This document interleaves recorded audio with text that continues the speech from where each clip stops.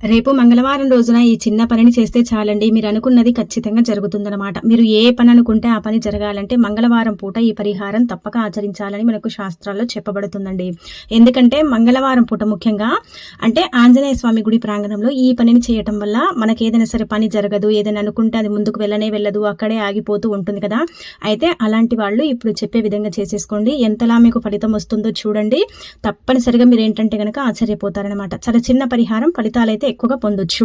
అంటే ఇది ఎప్పుడు చేయొచ్చు అండి అంటే ఎప్పుడు చేయొచ్చు. చక్కగా ఏంటంటే గనక స్నానం చేసుకుని ఇంట్లో దీపం పెట్టుకోకపోయినా మనం పర్వాలేదు. కానీ ఆంజనేయ స్వామి గుడి అంటే మనం వెళ్తాం కదా గుడికి, అక్కడికి వెళ్ళిన తర్వాత ఆంజనేయ స్వామిని దర్శించుకుని ఆ తర్వాత గుళ్ళో నుంచి వచ్చేటప్పుడు అండి మీ ఇంటి నుండి వెళ్ళేటప్పుడే 2 లవంగాలు తీసుకోండి.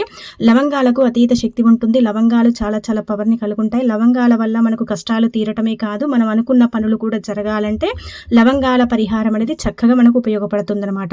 అందుకే 2 లవంగాలు తీసుకోండి, పువ్వుండేలాగా చూసుకొని ఇంకా తీసుకెళ్ళండి. వెళ్ళేటప్పుడే అలా వెళ్ళి మళ్ళీ తిరిగి వస్తుండగా అంటే ఆంజనేయ స్వామిని దర్శించుకొని మళ్ళీ తిరిగి వస్తుండగా మీరేంటంటే గనక ఆ గుడి ప్రాంగణంలో కొద్దిగా దూరంలో ఇలా 2 లవంగాలను తీసుకొని మీరు అనుకున్న పని అంటే ఆ లవంగాలకు చెప్పండి. ఏదైనా పని కావచ్చు, లేదంటే గనక ఏదైనా సరే పెండింగ్లో పడిపోతున్నా సరేనండి పని, ఇంకా ఏదైనా సరే మీకు ఏదైనా సరే జరగాలి అంటే దేని గురించైనా సరే జరిగి తీరాలనుకునే వాళ్ళు ఖచ్చితంగా దాని గురించి చెప్పుకొని 2 లవంగాలు 11 సార్లు తల చుట్టూగా తిప్పి ఆంజనేయ స్వామి గుడి ప్రాంగణంలో అంటే కొద్దిగా దూరం అండి, దగ్గర కాదు, కొద్దిగా దూరంలో ఏంటంటే గనక ఈ 2 లవంగాలు పడేయండి.